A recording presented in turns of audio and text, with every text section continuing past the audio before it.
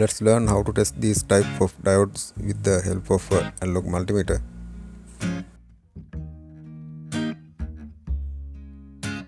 Choose the ohm symbol from the selector switch.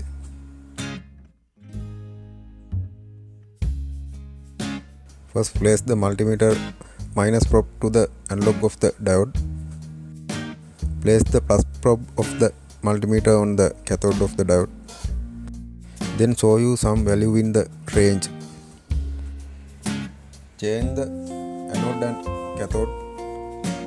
Connect to the multimeter. Then no reading value in display. Let's test another diode like this. It is similar to how a diode was tested earlier. Then we can say that the diode is a good diode.